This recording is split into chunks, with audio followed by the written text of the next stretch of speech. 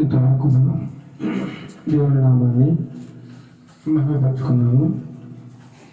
పాటల ద్వారా, స్తుతి ఆరాధన ద్వారా, ప్రార్థన ద్వారా ఆయన నామాన్ని ఎంతగానో మహిమపరుచుకున్నాం. ఇప్పుడు కొద్ది నిమిషములు దైవ గ్రంథముల నుండి దేవుని వాక్యమును ధ్యానం చేసుకున్నాం. కొద్ది నిమిషములు శ్రద్ధగా వాక్యం అనగా దేవుడు కాబట్టి, దేవుని మాటలు కాబట్టి ఆ మాటలను భయముతో భక్తితో శ్రద్ధగా వినాలని మనం చేస్తా ఉన్నాం. అనాలోచనగా ఉండకూడదు. ప్రతి ఒక్కరూ శ్రద్ధతో దేవుడు ఉన్నాడు అనేటువంటి భయముతో వాక్యాన్ని వినాలి. బైబిలే కదా, బైబిల్లో ఉన్నాయి ఆ ప్రింటు మాటలే కదా అని అనుకోవడానికి ఏమాత్రం లేదు. వాక్యం అనగా దేవుడు. ఆది యందు వాక్యం ఉండెను, వాక్యము దేవుని వద్ద ఉండెను, వాక్యమే దేవుడు. వాక్యమే దేవుడు. మాట దేవుని నోటంలో వచ్చేది కాబట్టి అదే దేవుడు. కాబట్టి వాక్యాన్ని ధ్యానించి ముందుగా మనం ప్రార్థనతో యొక్క వాక్య భాగం ప్రారంభించుకుందాం. నిన్న నేడ నిరంతరం ఏకరీతి దేవా, నీకు వందనాలు స్తోత్రాలు తెలుస్తున్నాం. నేను ఇంతవరకు నేను ఆరాధించి ఉన్నాము, స్తుతించి ఉన్నాము, మేపరిచి ఉన్నాము ప్రభావ. ఇప్పుడు నీ వాక్యమును ధ్యానిస్తుండగా మాట్లాడేది నేను కాదు, కానీ మీరే నాతో ఉండి మాట్లాడమని, నాలో ఉండి మాట్లాడమని, అల్పుడు నా యువకుడిని నిన్ను మెరుగుపరిచి నా పెదవులను కాల్చి నా పెదవులను పవిత్రపరిచి నీ వాక్యపు వెలుగులోంచి కొన్ని మాటలను మాతో పంచుకోమని, వెనగల చెవులను గ్రహించగలిగే హృదయం మాకందరికీ దయచేయమని యేసుక్రీస్తు నామమున ఈ ప్రార్థన అడిగి వేడుకొనుచున్నాము తండ్రి. ఆమేన్. అందరూ చెప్పండి ఆమేన్. ఈరోజు మన వాక్య ధ్యానం అనగా మనిషికి మంచి రోజులు ఉన్నాయా? చెప్పండి. మనిషికి మంచి రోజులు ఉన్నాయా? అసలు మంచి రోజులు అంటే ఏమిటి? మనిషికి మంచి రోజులు చెడ్డ రోజులు అనేవి ఉంటాయా? అసలు మంచి రోజులు ఏమిటి, చెడ్డ రోజులు ఏమిటి? రోజుల్లో కూడా మంచి చెడు అనే తేడా ఉంటుందా?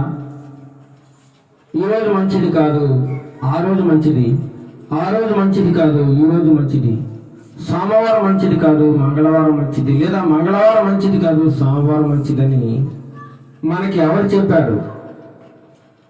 మంచి రోజులు అంటే ఎలా ఉంటాయి, చెడ్డ రోజులు అంటే ఎలా ఉంటాయి? దేవుడు మంచి రోజులు చెడ్డ రోజులు కూడా తయారు చేశాడా, సృష్టించాడా? అలా అని దేవుడు వాక్యంలో మంచి రోజులు ఇవి చెడ్డ రోజులు అని ఎక్కడైనా చెప్పాడా దేవుడు? చాలా మంది అనుకుంటారు ఈరోజు ఏం బాగోలేదండి. ఏమంటారు? ఈరోజు ఏం బాగోలేదు, అంతా నాకు చెడే జరిగింది, ఈరోజు మంచిది కాదంటారు. లేదా ఈరోజు లేచిన వేళ విశేషం మంచిది కాదండి, లేచిన వేళ విశేషం మంచిది కాదంటారు. ఇది ఎంతవరకు కరెక్ట్, ఎంతవరకు నిజం అనేది ఈరోజు మనం వాక్యపు ఆధారంతో, వాక్యపు పరిశీలనలో మనం తెలుసుకుందాం. అసలు రోజులో ఏమైనా ఉంటుందా? జాగ్రత్త వినాలి. రోజులో ఏమైనా ఉంటుందా? గంటల్లో ఏమైనా ఉంటుందా? లేదా గడియల్లో ఏమైనా ఉంటుందా? లేదా నెలల్లో ఏమైనా ఉంటుందా శక్తి? లేదా సంవత్సరాల్లో ఏమైనా శక్తి ఉంటుందా? చెప్పండి. కానీ మనం ఏమంటాం, ఈ నెల మంచిది కాదు, లేదా ఈ సంవత్సరం మంచిగా లేదు, లేదా ఈ నెలలో అన్ని కష్టాలే, అన్ని బాధలే కాబట్టి ఈ నెల మంచిది కాదు అంటారు. రోజుకి ఏదో అయిపోయిందని, లేదా గడియకి ఏదో అయ్యిందని అనుకుంటా ఉంటారు. మన వాళ్ళు అంటారు మంచి గడియలు, శుభ గడియలు, అశుభ గడియలు, చెడ్డ గడియలు అని మనోళ్ళు విభజిస్తూ ఉంటారు. ఇది మంచిది కాదు, అది మంచిది కాదు, ఇది మంచి రోజు కాదు, అది మంచి రోజు కాదని మనకి ఎవరు చెప్పారంటే దేవుడైతే చెప్పలేదు, కానీ మనుషులు చెబుతా ఉన్నారు ఈరోజు. ఇది మంచిది కాదు, అది మంచిది కాదు. ఇది ఎంతవరకు కరెక్టు? మనిషికి ఏదో జరిగింది, ఏదో అపాయం జరిగింది, ఏదో నష్టం జరిగింది, ఏదో కష్టం వచ్చింది, వెంటనే మనం ఏం చేస్తామండి? ఆ రోజు మీద తోసేస్తాం. ఈరోజు బాగాలేదండి, నాకంతా నష్టమే జరిగింది, నాకు ప్రమాదం జరిగింది, ఈరోజు మంచిది కాదు. కొంతమంది ఏం చేస్తారు? ఎవరైనా విధవరాలు ఎదురొస్తే వెంటనే వాళ్ళు భయపడిపోతూ ఉంటారు, లేదా పిల్లి ఎదురొస్తే భయపడిపోతూ ఉంటారు. రకరకాల భయాలు మనిషికి. ఏదో జరిగిపోతుంది, ఏదో నష్టం కలుగుతుందని బల్లి మీద పడితే భయం. ఇలా రకరకాలుగా మనిషి నిత్యము భయాందోళనతో జీవిస్తూ ఉన్నాడండి. రోజు మీదకి దోషేస్తాం, ఆ రోజు మంచిది కాదని. రోజులో ఏదో ఉందని మనుషుల యొక్క నమ్మకం. నిజానికి రోజులో కానీ, గంటల్లో కానీ, నిమిషాల్లో కానీ ఏమీ లేదండి. ఉన్నదంతా ఎవరిలో ఉంది? మనిషిలోనే ఉంది. వ్యాపారం నష్టం వచ్చింది అనుకోండి, ఈ నెల వ్యాపారం బాగాలేదండి, ఈ నెల కూడా దోషేస్తాడు. లేదా ఈ వారం బిజినెస్ సరిగా బాగాలేదు, ఈ వారం బాగాలేదు నాకు అంటాడు. ఈ వారం మంచిగా లేదు, ఈ నెల మంచిగా లేదు. ప్రతిరోజు కూడా మనిషి ఏం చేస్తున్నాడు? రోజులను, నెలలను, గంటలను, గడియలను, నిమిషాలను నిందిస్తూ ఉన్నాడు. ఈ రోజు మంచిది కాదు, ఈ నెల మంచిది కాదు, ఈ సంవత్సరం మంచిది కాదు. మనిషి చేస్తున్న ప్రతి చెడ్డ పనికి కూడా కాలాన్ని నిందిస్తూ ఉంటారు. కాలాన్ని చాలా మంది సోమవారం మంచిదే అంటున్నారు, సోమవారం మంచిది అనుకుంటారు, అందరూ అంటారు. కానీ మరి అదే సోమవారం ఎందుకు యాక్సిడెంట్లు జరుగుతున్నాయి? ఎందుకు మనుషులు చనిపోతా ఉన్నారు? ఎందుకు కష్టం వస్తుంది? ఎందుకు బాధ వస్తుంది? ఎందుకు నష్టం జరుగుతుంది?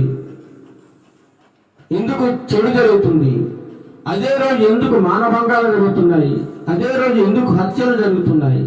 అది మంచి రోజు అయితే మరి ఇవన్నీ జరగకూడదు కదా, ఎందుకు అలా జరుగుతుంది అని మనం ఆలోచిస్తే రోజులో ఏమీ లేదు, మనిషిలో ఉంది. అంతా మనిషిలో ఉంది. మనిషి చేస్తున్న ప్రతి పొరపాటుకు కూడా రోజులను నిందిస్తూ ఉన్నారు. ఎంత విచారకరమో చూడండి. రోజు రోజుకి మనిషిలో చెడు అనేది పెరిగిపోతా ఉంది. నేరాలు జరగని రోజు లేదు, మానభంగాలు జరగని రోజు లేదు, హత్యలు జరగని రోజు లేదు, తప్పుడు పనులు జరగని రోజు లేదు, వ్యభిచారాలు జరగని రోజు లేదు. ప్రతిరోజు వీటన్నిటినీ మానవుడు నిత్యము చేస్తూనే ఉన్నాడు. తప్పుడు పనులు జరగని రోజంటూ లేదండి. ఒకవేళ మనం ఈరోజు మంచిది అన్నట్లయితే ఈరోజు న్యూస్ మర్నాడు పేపర్లో చూడండి ఎన్ని భయంకరమైన వార్తలు ఉంటాయో, ఎన్ని చెడు వార్తలు ఉంటాయో ఒకసారి ఆలోచించండి. మరి ఆ రోజు మంచిదైతే మర్నాడు పేపర్లో ఎందుకు ఇలాంటి భయంకరమైన వార్తలు రాస్తూ ఉన్నారు? ఆలోచించాలి. రోజులో ఏమీ లేదన్న సంగతిని మనిషి గ్రహించకుండా కాలం మీదకి నెట్టేస్తా ఉన్నాడు. కాలం బాగాలేదు, రోజు బాగాలేదు, నెల బాగాలేదు. ఈ సంవత్సరం ఉండి 2024 సంవత్సరం అంతా మా కష్టాలే, ఇబ్బందులే, శ్రమలే, బాధలే, అవమానాలే అని మనం ఎంతగానో చింతిస్తూ బాధపడుతూ ఉంటాం. కానీ దీనికి కారణం 2024వ సంవత్సరం కాదండి, ఆ మనిషి చేస్తున్న పనులు కారణం, ఆ మనిషి చేస్తున్న చెడ్డ కార్యాలు కారణం, తప్పుడు పనుల కారణం. ఇదంతా పక్కన పెట్టి కాలం మీదకి మనిషి నెట్టేస్తా ఉన్నాడు. ప్రతిదాన్ని మనిషి చేస్తున్న ప్రతి పనిని కాలం మీద రుద్దుతూ ఉన్నాడు. మనిషిది తప్పు తప్ప కాలానిది, సంవత్సరానిది, గడియది నెలది తప్పు కానే కాదు. సౌండ్ తగ్గించిన తప్పు కానే కాదు. మంచి జరిగితేనేమో మంచి కాలం అని, చెడు జరిగితే చెడు కాలం అని ఎక్కడా ఉండదండి.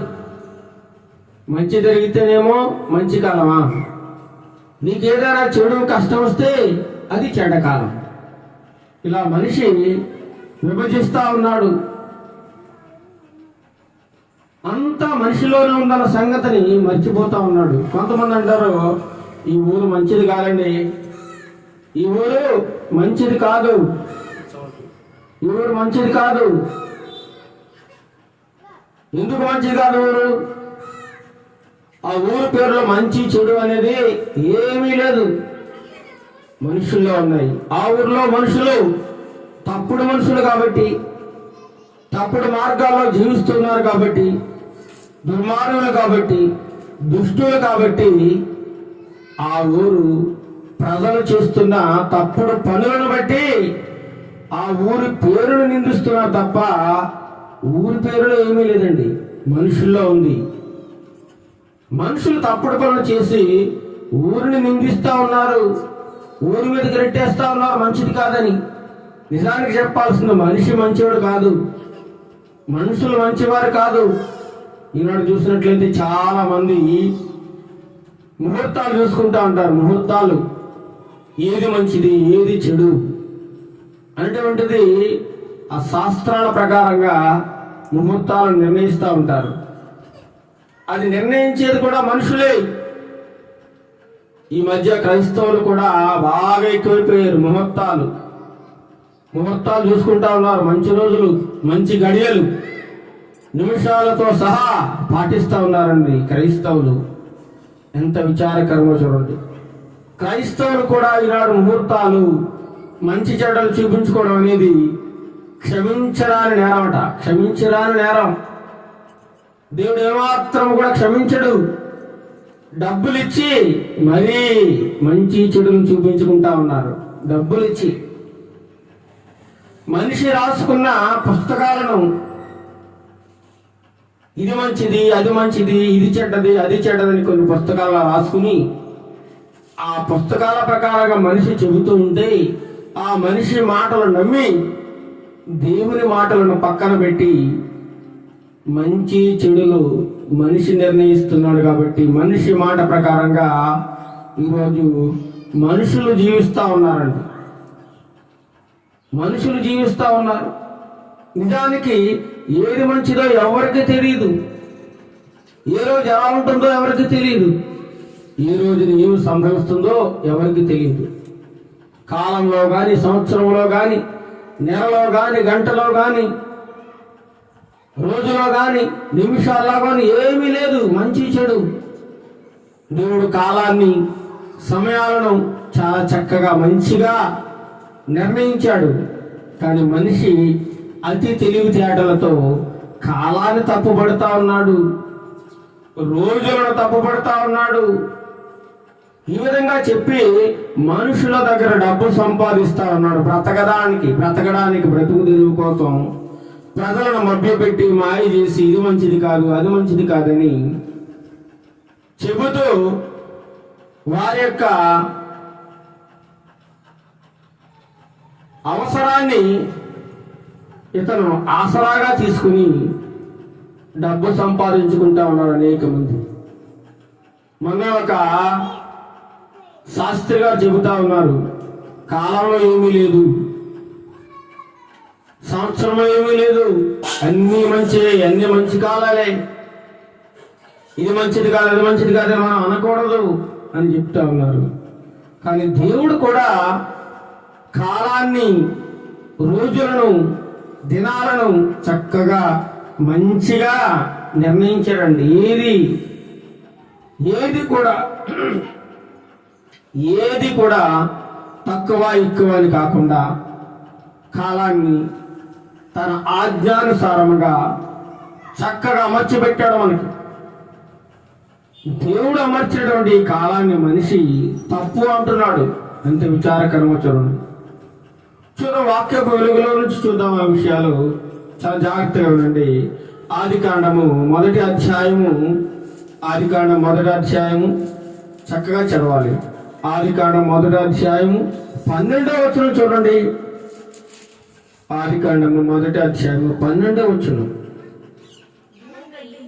భూమి గడ్డిని తమ తమ జాతి ప్రకారము విత్తనములిచ్చు చెట్లను తమ తమ జాతి ప్రకారము తమలో విత్తనములు గల ఫల వృక్షములను మొలిపింపగా అది మంచిదని దేవుడు చూసెను. అది ఎన్నో రోజుటండి, చదవండి. అస్తమయమును ఉదయమును కలుగగా మూడవ రోజు. మొదటి రోజు దేవుడు ఏం చేశాడు? దేవుడు వెలుగు కమ్మని పలుకగా వెలుగు కలిగెను. దేవుడు వెలుగునకు చీకటిని వేరుపరిచెను. దేవుడు వెలుగునకు పగలనియు చీకటికి రాత్రిని పేరు పెట్టెను. అస్తమయమును ఉదయమును కలుగగా ఒక దినమాయను. మొదటి రోజు చేసిన పని మంచిదిగా దేవుడు చూశాడు. రెండవ రోజు చేసిన పని దేవుడు మంచిది, ఆ రోజు మంచిదని దేవుడు నిర్ణయించాడు. మూడవ రోజు చేసిన పనిని దేవుడు ఏమంటున్నాడు? మంచిది అని దేవుడు చూశాడు. ఇంకొక చోట చదవండి. అదే ఆదికాండం మొదటి అధ్యాయం 17వ వచనం. భూమి మీద వెలిగించుటకును పగటిని రాత్రిని ఏలుటకును వెలుగును చీకటిని వేరుపరచుటకును దేవుడు ఆకాశ విశాలములు వాటిని ఉంచెను. అది మంచిదని దేవుడు చూచెను. ఎన్నో రోజు అది? 4వ రోజు. మొదటి రోజు దేవుడు చేసినది మంచిదయింది. రెండవ రోజు మంచిదయింది. మూడవ రోజు మంచిదయింది. 4వ రోజు కూడా దేవుడు మంచిదిగానే నిర్ణయించాడు. 5వ రోజు కూడా మంచిది. 5వ రోజు మంచిది. ఆదికాండం మొదటి అధ్యాయం 31వ వచనం. ఆదికాండం మొదటి అధ్యాయం 31వ వచనం. దేవుడు తాను చేసినది యావత్తును చూచినప్పుడు అది చాలా మంచిగా ఉండెను. దేవుడు చేసిన 6 దినములు సృష్టి, 6 దినముల సృష్టి కూడా ఎలా ఉందట? చాలా మంచిది. 7వ రోజు పరిశుద్ధ దినం, ఇంకా మంచిది. దేవుడు కలుగజేసిన 7 దినములు కూడా మంచివా చెడ్డవా చెప్పండి? మంచిదట. ప్రతిరోజు కూడా మంచిది. సోమవారం మంచిది, మంగళవారం మంచిది, బుధవారం మంచిది, గురువారం మంచిది, శుక్రవారం మంచిది, శనివారం మంచిది, ఆదివారం మంచిది. దేవుడు కలుగు చేసిన 7 దినములు కూడా మంచిదని దేవుడు సెలవిస్తా ఉంటే ఈ మానవుడేమో ఏమంటున్నాడు? మంగళవారం మంచిది కాదు, శుక్రవారం మంచిది కాదు, శనివారం మంచిది కాదు, పలానా శనివారం 12 గంటల సమయం నుంచి 1 గంట వరకు మంచిది కాదు. ఎంత విచారకరమో చూడండి. దేవుడు చేసిన కాలమును, దేవుడు చేసిన గడియలను దేవుడు మంచిదని సెలవిస్తా ఉంటే మానవుడు మంచిది కాదు అనడం ఎంతవరకు సమంజసం ఆలోచించండి. ఈ మాటలను ఈరోజు క్రైస్తవులు నమ్ముతున్నారు. ఇల్లు కట్టుకునేటప్పుడు చక్కగా పూజ చేస్తా ఉన్నారు. భూమి పూజ. ఈ రోజు పునాద్యాలో పాస్టర్ గారు కాదు అడిగేది, పంతులు గారు పరిగెడతా ఉన్నారు ఈరోజు క్రైస్తవులు. వివాహం చేయాలంటే ఏది మంచి రోజు? పంతులు గారి దగ్గరికి. ఒక ఊరు వెళ్ళాలంటే మంచి రోజు. ఉద్యోగంలో జాయిన్ అవ్వాలంటే మంచి రోజు. శుభలేఖ అచ్చి వేయించాలంటే మంచి రోజు. పుట్టినరోజు కార్యక్రమం జరిగించాలంటే ఏ సమయంలో? ఉదయం జరిగించాలా, రాత్రి జరిగించాలా, మధ్యాహ్నం జరిగించాలా, లేదా అర్ధరాత్రి జరిగించాలా అనేది ఎవరో ఒక మనిషి చెబితే వింటున్నారు. ఎవరో ఒక మనిషి. కానీ దేవుడు చెప్పిన మాటను పక్కన పెట్టేస్తా ఉన్నారు. దేవుని మాట వినకుండా మనిషి మాటను నమ్ముతూ, మనిషి మాటకు విలువనిస్తూ సజీవుడైన దేవుని మాటను విసర్జించడం ఎంతవరకు న్యాయం? ఒకసారి ఆలోచించండి. కొంతమంది వంటగది ఇలా ఉండకూడదు, అలా ఉండాలి. ఎందుకంటే ఎవరో ఒక మనిషి చెప్తున్నాడు, ఇలా ఉండకూడదు, అలా ఉండాలి, అలా ఉండకూడదు, ఇలా ఉండాలి, ఇక్కడ ఇది ఉండాలి, అక్కడ అది ఉండాలి, ఇలా నడవకూడదు, అలా నడవకూడదు. ఇదంతా ఆచారములు, పితృ పారంపర్యాచారములట. ఇప్పుడు మన పెద్దోళ్ళు తీసుకొచ్చే ఆచారములు, పూర్వీకులు పెట్టిన ఆచారములను ఇప్పటికీ ఇంకా ఇంకా ఇంకా అనేక మంది పాటిస్తూనే ఉన్నారు. కొంతమంది ప్రార్థన పెట్టుకోవాలంటే కూడా ఏది మంచి రోజు చూస్తున్నారండి, ఏది మంచి రోజు. కొన్ని చోట్ల వివాహాలు పాస్టర్ గారు నిర్ణయించారండి తారీఖు. ఎక్కడో ఎవరిని అడుగుతారో అదే తారీఖు వివాహం జరిగించాలి. అదే రోజు పాస్టర్ గారికి ఏమో ఖాళీ ఉండదు, ఎక్కడో మీటింగ్కి వెళ్తూ ఉంటారు. ఈ సంఘస్థులు ఏం చేస్తారు, ఏమి లేదు, మాకు అదే రోజు జరిగించాలి కార్యక్రమం, అది మంచి రోజు. మీరు కాదన్నారనుకో ఇంకో పాస్టర్ గారు తీసి తెచ్చేసుకుంటాం. ఇలా తయారయ్యారండి ఈనాటి క్రైస్తవ సంఘాలలోని విశ్వాసులు. ఈ గడియ మంచిది కాదు, ఆ గడియ మంచిది కాదు, ఈ రోజు మంచిది కాదు, ఆ రోజు మంచిది కాదని రోజులను నిందిస్తా ఉన్నారు. రోజులను చెడ్డవి మంచివిగా లెక్కిస్తా ఉన్నారు తప్ప మనిషిలో ఉన్న చెడును తీసుకోలేకపోతా ఉన్నారు. చూద్దాం అపోస్తలుడైన పౌలు గారు వాక్యములు ఏం సెలవిస్తున్నాడో చూద్దాం. ఎఫెసీయులకు రాసిన పత్రిక 5వ అధ్యాయము 15వ వచనం చూడండి. ఎఫెసీయులకు రాసిన పత్రిక 5వ అధ్యాయము 15వ అధ్యాయము. దినములు చెడ్డవి ఇక్కడ అంటున్నాడు పౌలు గారు. దినములు చెడ్డవి అంటున్నాడు. అంటే దినములు అనగా రోజులు. రోజులు చెడ్డగా ఉంటాయా? ఎక్కడైనా రోజులు చెడ్డగా ఉంటాయా? కానీ ఇక్కడ పౌలు గారు ఏ ఉద్దేశంతో మాట్లాడుతున్నారు ఒకసారి మనం అర్థం చేసుకోవాలి.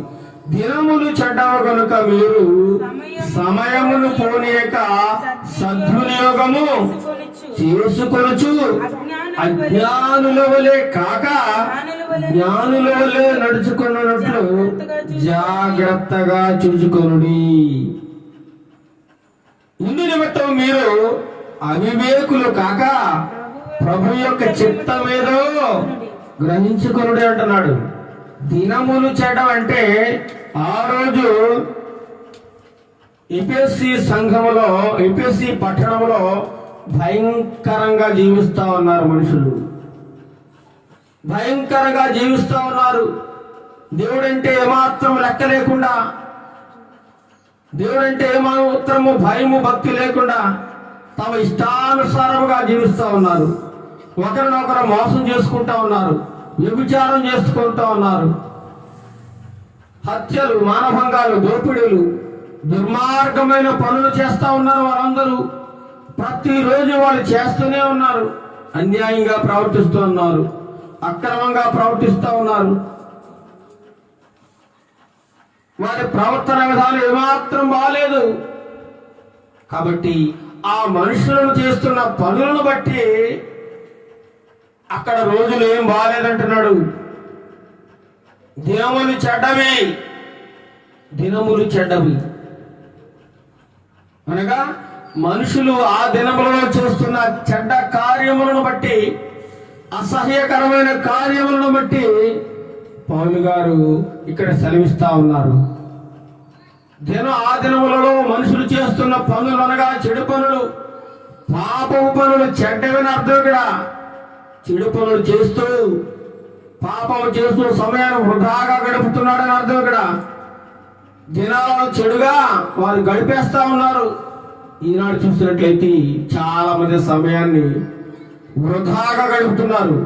పైగా ఏమంటారు, ఈరోజు మంచిగా లేదు నాకంటున్నారు. ఉదయం లేస్తాడు, సెల్ ఫోన్ చూసుకుంటా ఉంటాడు, ఆ రీల్స్ చూసుకుంటా ఉంటాడు, సినిమాలు చూసుకుంటా ఉంటాడు, అసహ్యకరమైన చిత్రాలను చూస్తూ ఉంటాడు.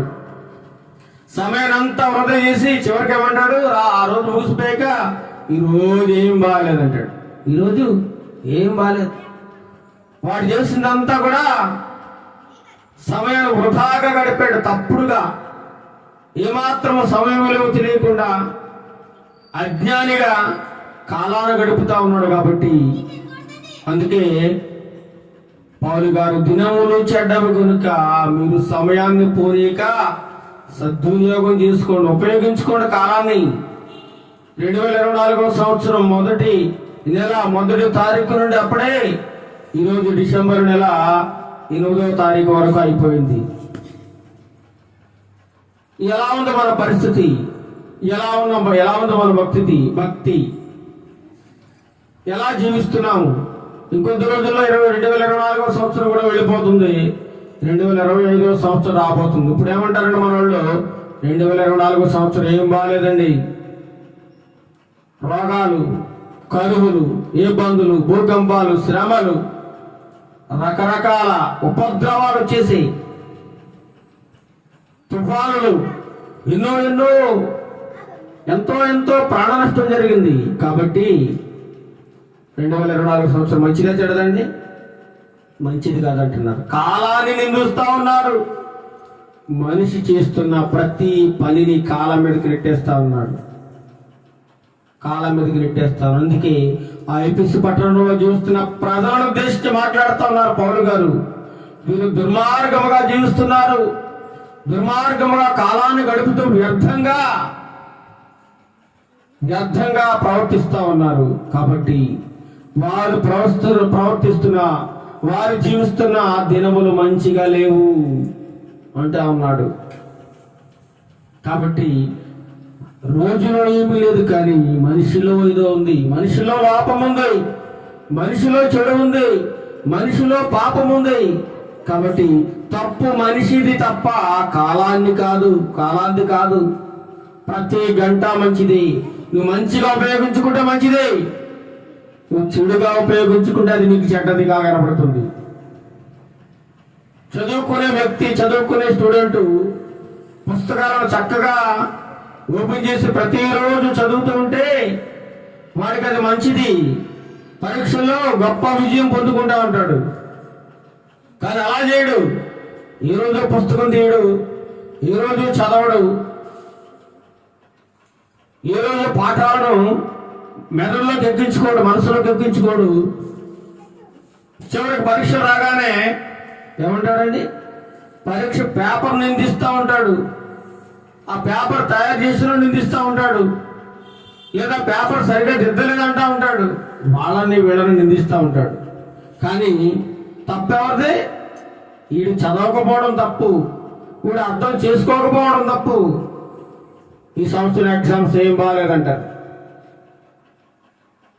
ఎంత విచారకరమో చూడండి. మనిషి చేస్తున్న ప్రతి పొరపాటుని కాలం మీదకి నెట్టడం, రోజుల మీదకి నెట్టడం, ఎవరినో నిందించడం అవివేకం. అజ్ఞాని చేసే పని అది. జ్ఞానవంతుడు అలా మాట్లాడవు. కాబట్టి దినములు చెడ్డవి అంటే చెడ్డ మనుషుల మధ్య మనం జీవిస్తూ ఉన్నాము, దుర్మార్గుల మధ్య, దుష్టుల మధ్య మనం జీవిస్తూ ఉన్నాము. కాబట్టి రోజులన్నీ కూడా ఇలా గడుస్తూ ఉన్నాయి. కాబట్టి ఈ రోజుల్లో నువ్వు చాలా జాగ్రత్తగా ఉండాలి. ఇలాంటి మనుషుల మధ్య జీవిస్తున్నప్పుడు జాగ్రత్తగా ఉండాలి. నాకు తెలియదు, చెప్పుకుంటా ఉన్నారు స్కూల్ దగ్గర, మన ఊర్లో హై స్కూల్ దగ్గర ఒక మీటింగ్ జరిగింది, పేరెంట్స్ మీటింగ్. అందులో ఒక పోలీస్ అధికారి వచ్చారట. పోలీస్ అధికారి వచ్చి అతను ప్రసంగం చేస్తూ ఒక మాట చెప్పాడు. ఈ ఊరు గంజాయి తాగడంలో మొదటి స్థానంలో ఉంది, సిగరెట్లు త్రాగడంలో మొదటి స్థానంలో ఉంది, మోసాలు చేయడంలో మొదటి స్థానంలో ఉంది, దుర్మార్గంగా ప్రవర్తించడంలో మొదటి స్థానంలో ఉంది. చిన్న పిల్లలు సిగరెట్లు కాలుస్తూ ఉన్నారు, గంజాయి తాగుతూ ఉన్నారు, పేకాట ఆడుతూ ఉన్నారు, వ్యభిచారం చేస్తూ ఉన్నారు, అల్లరి చిల్లరగా తిరుగుతూ ఉన్నారు. ఏమాత్రము భయము భక్తి లేకుండా జీవిస్తూ ఉన్నారు. ఈ ఊరు మొదటి స్థానంలో ఉందంటున్నాడట. ఈ మండలానికి ఈ ఊరు మొదటి స్థానంలో ఉంది. ఎంత విచారకరమో చూడండి. ఊరికి చెడ్డ పేరు వచ్చింది. మనుషులు చేస్తున్న పనులను బట్టి ఆ ఊరు మంచిది కాదంటున్నాడు ఆయన.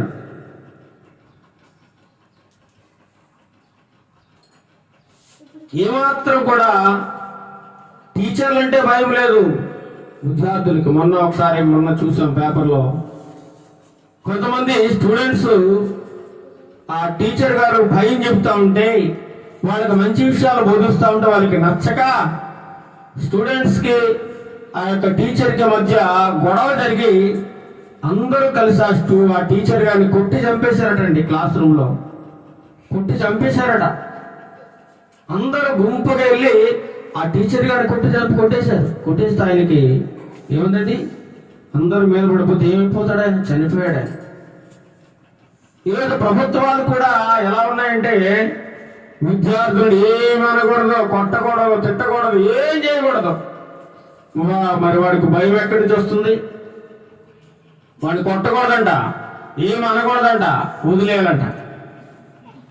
ఆడు రౌడీగా అయిపోయినా పర్లేదు, ఆడ అబద్ధాలు చెప్పినా పర్లేదు, దుర్మార్గంగా తిరిగినా పర్లేదు, సిగరెట్లు కాల్చినా పర్లేదు, అబద్ధాలు ఆడినా పర్లేదు, గంజాయి తాగినా పర్లేదు, అమ్మాయి ఏడిపించినా పర్లేదు, ఏం చేయాలి? వదిలేయాలి, కొట్టకూడదు. అందుకే ఈరోజు పిల్లలకే టీచర్లు అంటే భయం లేదు.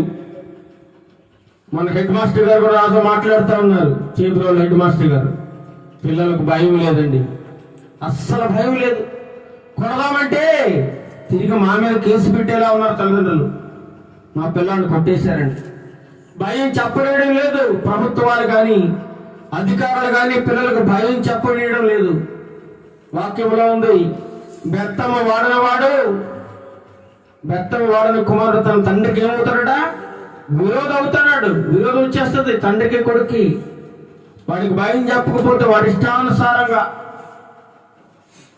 మొన్న ఒక వ్యక్తి బర్త్డే కని తన కుమారుడికి ఒక బైక్ గిఫ్ట్గా ఇచ్చారట. కాలేజీకి చక్కగా వెళ్ళి వచ్చేస్తాడు, నా కుమారుడు బస్సులో ప్రయాణం చేయలేకపోతున్నాడు, చక్కగా వెళ్ళి చదువుకుని వస్తాడని బర్త్డేకి ఒక బండి గిఫ్ట్గా ఇచ్చారంట. అయితే వాడు ఏం చేశాడు తెలుసా? ఇలా వినండి, ఆ బండి తీసుకుని చక్కగాను ఆ రోడ్డు మీద తన ఇష్టానుసారంగా నడుపుతా ఉన్నాడు. వంకర టెంకరగా స్టైల్గా ఎదరు చక్రాలను పైకి లేపి ఆ బైక్ రైడింగ్ చేస్తా ఉన్నాడు. ఆ బైక్ అదుపు తప్పి డివైడర్ని కొట్టి ఎగిరి మొగ్గలేసి గంతేసి ఆ తల డివైడర్కి తగిలి అక్కడికక్కడే చనిపోయాడండి. యవ్వనస్తుడు, ఇంటర్ చదువుకున్న విద్యార్థి. ఎంత విచారకరమో చూడండి. తండ్రి ఏదో మంచి కోసం ఇస్తే వాడు దాన్ని ఎలా ఉపయోగించాడు? చాలా అజాగ్రత్తగా బండి నడిపాడు. చాలా అజాగ్రత్త. సైకిల్ తొక్కున్నప్పుడు కూడా చాలా జాగ్రత్తగా తొక్కాలి. మనం జాగ్రత్తగా ఉండకపోతే చాలా ప్రమాదం జరిగిపోతాం. ఒకనొక కుమారుడు పుట్టినరోజు నాడు బైక్ ఇస్తే ఆ మర్నాడు చనిపోయాడు. మర్నాడే. ఎంత విచారకరమో చూడండి. ఇలా ఉన్నారు పిల్లలు. భయం లేదు, భక్తి లేదు. దేవుడంటే ఏమాత్రం భయం లేకుండా జీవిస్తూ ఉన్నారు. తల్లిదండ్రులంటే భయం లేకుండా జీవిస్తూ ఉన్నారు. ఉపాధ్యాయులంటే భయం లేకుండా జీవిస్తున్నారు. కాలేజీలో చూసినట్లు వారి హెయిర్ స్టైలు, వారు మాట్లాడే విధానము చూస్తుంటే వీళ్ళ రౌడీలా లేకపోతే విద్యార్థులు అన్నట్లుగా జీవిస్తూ ఉన్నారు. ఎందుచేతంటే ఆ టీచర్లు కూడా చాలా బాధపడతా ఉన్నారండి. కాలేజీల నుంచి, స్కూల్స్ నుంచి కూడా మొన్న ఆ పీఈటీ మేడం గారు మాట్లాడుతూ ఉన్నారు. ఇక్కడ అమ్మాయిల పరిస్థితి ఏం బాగాలేదండి, గర్ల్స్. అబ్బాయిల పరిస్థితి ఏం బాగాలేదండి. చెప్పిన మాట వినడం లేదు, తల్లిదండ్రులేమో పట్టించుకోవడం లేదు. ఎంత విచారకరం అండి. అందుకే మన పేరెంట్స్ మీటింగ్ ఏర్పాటు చేశాను నిన్న. అబ్జర్వ్ చేయడం లేదు. వాడు ఎలా వెళ్తున్నాడు, ఎందుకు వెళ్తున్నాడు, చదువుతున్నాడా లేదా పట్టించుకునే స్థితిలో ఈనాడు పెద్దవాళ్ళు లేరు. వాళ్ళ లైఫ్ వాళ్ళది, వాళ్ళ బిజీ వాళ్ళది, వాళ్ళ పనులు వాళ్ళవి. పిల్లలు పట్టించుకునే ఓపిక కానీ తీరిక కానీ ఈనాడు తల్లిదండ్రులకు లేకుండా పోయింది. అందుచేతనే రౌడీలు పెరిగిపోతా ఉన్నారు, దొంగలు పెరిగిపోతా ఉన్నారు, మానభంగాలు చేసేవాళ్ళు పెరిగిపోతా ఉన్నారు, త్రాగుబోతులు పెరిగిపోతా ఉన్నారు. యవనస్తులండి. పట్టుమని వాడికి 12-13 ఏళ్ళు రావు, సిగరెట్ కాలుస్తూ ఉన్నాడు. సిగరెట్ ఎంత విచారకరం. వాడు 12 సంవత్సరాలుగా తన జీవితాన్ని ఏం చేసుకుంటున్నాడు? నాశనం చేసుకుంటా ఉన్నాడు. ఆ ఊపిరితిత్తులు పాడు చేసుకుంటా ఉన్నాడు. 13 సంవత్సరం రాగానే తాగుతా ఉన్నాడు. ఇంకా ఆడు సరిగ్గా పెళ్లి చేసే వయసుకు వచ్చేసరికి ఆడికి ఎలా ఉందండి? అవయవాలన్నీ నాశనం అయిపోతా ఉన్నాయి. బాడీ సహకరించడం లేదు. వివాహం చేస్తా ఉన్నారు అలాంటి వాడికి. పిల్లలు పుట్టడం లేదు. ఎంత విచారకరమో చూడండి, ఎంత విచారకరం. ఇలా ఉంది సమాజంలో పరిస్థితి. మనిషి చేస్తున్న ప్రతి చెడ్డ పనిని కాలం మీదకి నెడుతా ఉన్నాడు. కాలం మీదకి. సొలొమోను రాసిన ప్రసంగి గ్రంథం చూడండి, 11వ అధ్యాయము. సొలొమోను రాసినటువంటి ప్రసంగి గ్రంథము. ఈ మాటలు వింటే బాగుపడతారు, వినకపోతే చాలా నష్టపోతారు. చాలా నష్టం జరుగుతుంది కుటుంబాల్లో, పిల్లల మధ్య చాలా నష్టం జరుగుతుంది. 11వ అధ్యాయము 2వ వచనంలో బి పార్ట్ చూడండి. బి పార్ట్, భూమి మీద చదవండి. భూమి మీద ఏమి కీడు జరుగునో నీవు ఎరుగవు. సొలొమోను మహాజ్ఞానవంతుడండి, అన్ని అనుభవించిన వాడు. ఈ భూమి మీద ఎంత సుఖం ఉంటుందో అంత అనుభవించాడు. ఏది మంచిదో ఏది చెడ్డదో అన్ని చూసేశాడు. కాబట్టి ఇక్కడ ఒక చక్కని మాట రాస్తా ఉన్నాడు. భూమి మీద ఏమి కీడు జరుగునో నీవు ఎరుగవు. నీకు తెలియదు, ఎప్పుడు ఏం జరుగుతుందో తెలియదు. ప్రతి కీడుకి దేవుడే కారణం అని చెప్పండి. వాడు బైక్ యాక్సిడెంట్ చేసి చచ్చిపోయాడు, దానికి దేవుడు కారణమా? సిగరెట్లు తాగి తాగి తాగి ఊపిరితిత్తులు పాటు చేసుకున్నాడు, వాడు దానికి దేవుడు కారణమా? తాగుడు తాగి తాగి లివర్ పాటు చేసుకున్నాడు, గుండె పాటు చేసుకున్నాడు, చచ్చిపోయాడు, దానికి దేవుడు కారణమే. మన అజాగ్రత్త వల్ల, మనం చేస్తున్న చెడు పనుల వల్ల మన జీవితం నాశనం అయిపోతుంటే దానికి దేవుడు ఏమాత్రము కారణం కాదండి. అనేక మంది చెబుతున్నారు, దేవుని సేవకులు చెబుతున్నారు, ఇలా ప్రవర్తించకూడదు, వాక్యానుసారంగా బ్రతకాలి, వాక్యాన్ని చదవాలి, తల్లిదండ్రుల మాట వినాలి, ఉపాధ్యాయుల మాట వినాలి, నువ్వు బాగుపడతావు. నీ జీవితం ఒక అందమైన జీవితంగా, నీ జీవితం 3 పువ్వులు 6 కాయలుగా జీవితాంతము సుఖంగా బ్రతుకుతావు. మాట వింటే. మాట వినకపోతే ఏమవుతుందండి? అర్ధాంతరంగా జీవితాన్ని ముగించేస్తారు చాలా మంది. మాట వినక చాలా మంది అండి. మాట వినకపోవడం చాలా జీవితం చాలా నష్టం కలుగుతుంది, చాలా దెబ్బ. అప్పుడు నెత్తు నోరు బాదుకున్నా జీవితం తిరిగి రాదు, నష్టం జరిగిపోద్ది. ఇక అపాయం జరిగినాక ప్రాణాపాయం ఇంకేంటి నువ్వు ఏడ్చేది? చాలా విచారకు. అందుచేతనే రేపు భూమి మీద ఏం జరుగుతుందో నువ్వు తెలియదు, నీకు ఎరగదు. కాబట్టి నువ్వు చాలా జాగ్రత్తగా ఉండాలి సుమా, చాలా జాగ్రత్తగా ఉండాలి. ఏం పర్లేదు, సిగరెట్ కాల్చు, సిగరెట్ కాల్చు అంటాడు నీ స్నేహితుడు. నువ్వేం చేస్తావు? ఆ సిగరెట్ కాల్స్తే పాపం అని తెలిసి కూడా, సిగరెట్ కాల్స్తే ఊపిరితిత్తులు పాడైపోతే నష్టం జరుగుతుందని తెలిసి కూడా ఏం చేస్తాడు? స్నేహితులు మాది కొట్టేస్తే వాడు ఎక్కడ పాడైపోతాడో, వాడు ఎక్కడ ఫీల్ అయిపోతాడో అని సిగరెట్ కాలుస్తూ ఉన్నాడు. ఏం పర్లేదురా, కొంచెం ఒక పెగ్గే, ఇవి ఒక్కసారిగా కదా, ఏం కాదు, ఏమవుతుంది అన్నప్పుడు చక్కగా వాడు మాట కాదనలేక ఒక పెగ్గు అవుతుంది, తర్వాత ఒక సీసా అవుతుంది, తర్వాత రోజు సీసాలు. ఈ సిగరెట్లకి మందుకు డబ్బు లేక దొంగతనాలు, ఇలా తయారైందండి వ్యవస్థ, విద్యా వ్యవస్థ, పిల్లలు. అందుచేతనే చాలా స్కూళ్ళలో సర్వే చేస్తే కొంతవరకు ఆడపిల్లలు అయితే చక్కగా చదవగలుగుతున్నారు, కానీ మగపిల్లలు మాత్రం 100కి 95% ఫెయిల్ అయిపోతా ఉన్నారు. 90% రికార్డులు చెబుతా ఉన్నాయి. ఎందుకంటే వారు విచ్చలవిడిగా జీవిస్తూ ఉన్నారు, భయం లేదు, విచ్చలవిడితనం, దుర్మార్గులుగా ప్రవర్తిస్తూ ఉన్నారు. ఇదంతా స్నేహం, చెడు స్నేహితులు. అందుకే నువ్వెవడో తెలియాలంటే, నువ్వు మంచివాడవో చెడ్డవాడవో తెలియాలంటే ఫస్ట్ వాడి స్నేహితుడు ఎవడో తెలుసుకోవాలి. ఏం తెలుసుకోవాలి మనం? వీడు మంచోడా కాదా అని మనం డిక్లేర్ చేయాలంటే వాడి స్నేహితుడు ఎవడో కనుక్కోవాలి. వాడి స్నేహితుడు మంచోడు అనుకోండి, వీడు మంచోడే. వాడి స్నేహితుడు చెడ్డడానికి వీడు కూడా చెడ్డోడే. కాబట్టి భూమి మీద ఏం జరుగుతుందో మనకు తెలియదు. కాబట్టి ఈ రోజు మంచిది, ఆ రోజు మంచిది, ఈ గడియ మంచిది అనడానికి వీల్లేదు. దేవుడు కాలములను, దినములను, గంటలను, నిమిషాలను చాలా చక్కగా తయారు చేశాడు, చక్కగా అమర్చాడు. కానీ మనిషి పాడు చేసుకుంటా ఉన్నాడు. చాలా మంది అదృష్టం లేదండి, అదృష్టం అంట. అదృష్టం ఎక్కడ వస్తుంది? అదృష్టం అంటే ఏంటి? ఏదో అమాంతంగా వచ్చి పడిపోవాలి, అప్పుడు అదృష్టం. కష్టపడి సంపాదించి ఒక ఉన్నతమైన స్థానంలో నిలబడాలి, ఒక ఉన్నతమైన వ్యక్తిగా ఎదగాలి, జీవించాలి అనుకునేవారు చాలా తక్కువ. అందుకే అంటున్నాడు, భూమి మీద ఏమి కీడు జరిగిన నువ్వు ఎరగవు.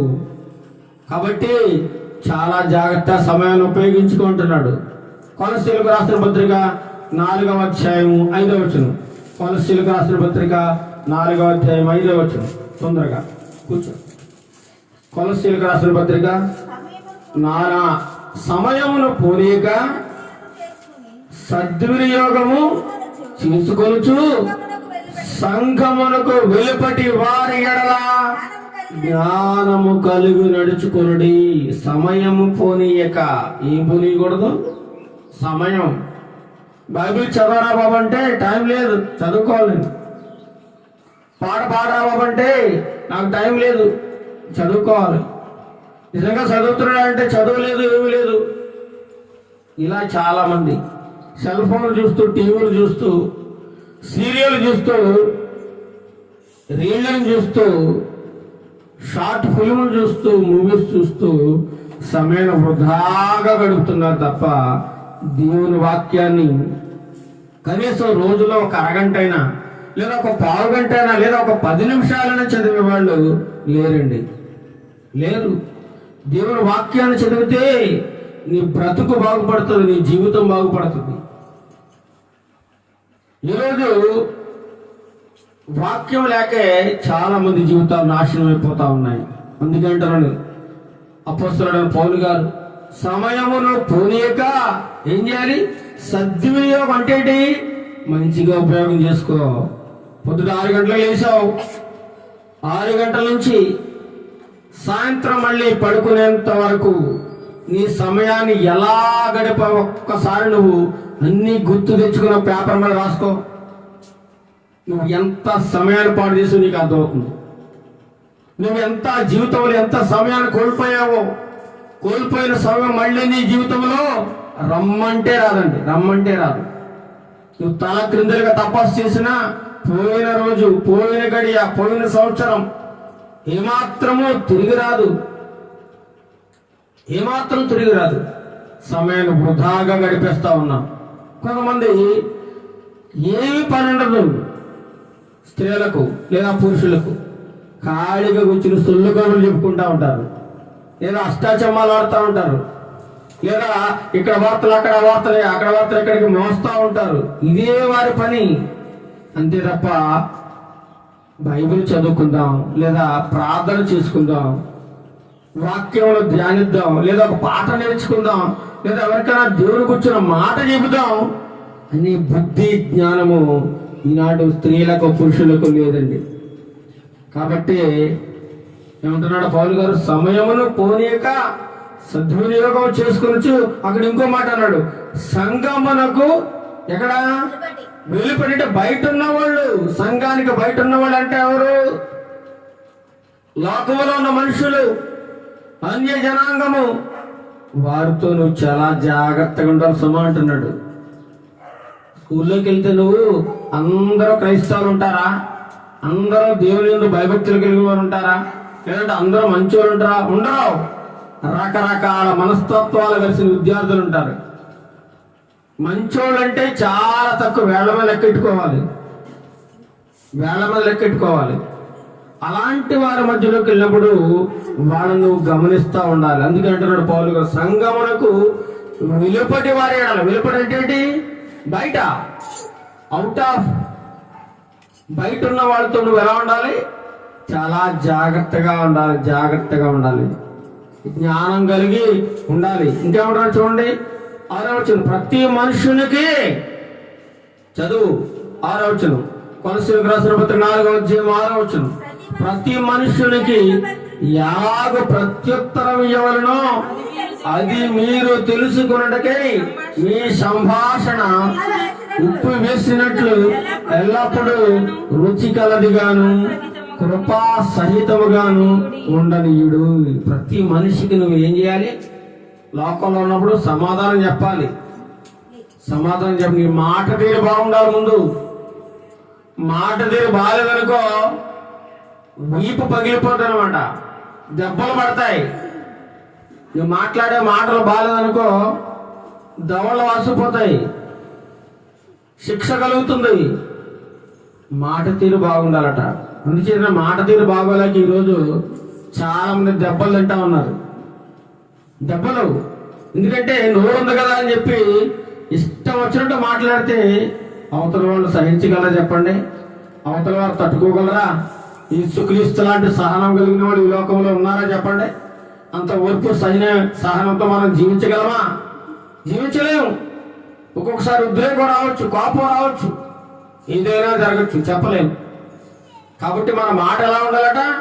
చాలా జాగ్రత్తగా ఉండాలి. ప్రతి మనుషునికి ఎలాగ ప్రత్యుత్తరం ఇవ్వను అది మీరు తెలుసుకోవాలి. ఎవరితో ఎలా మాట్లాడాలి, మంచి వారితో ఎలా మాట్లాడాలి, చెడ్డవారితో ఎలా మాట్లాడాలి, పాస్టర్ గారితో ఎలా మాట్లాడాలి. ఈ రోజున దేవుని సేవకులు కనబడితే ఎవరైనా ఏం చేయాలండి?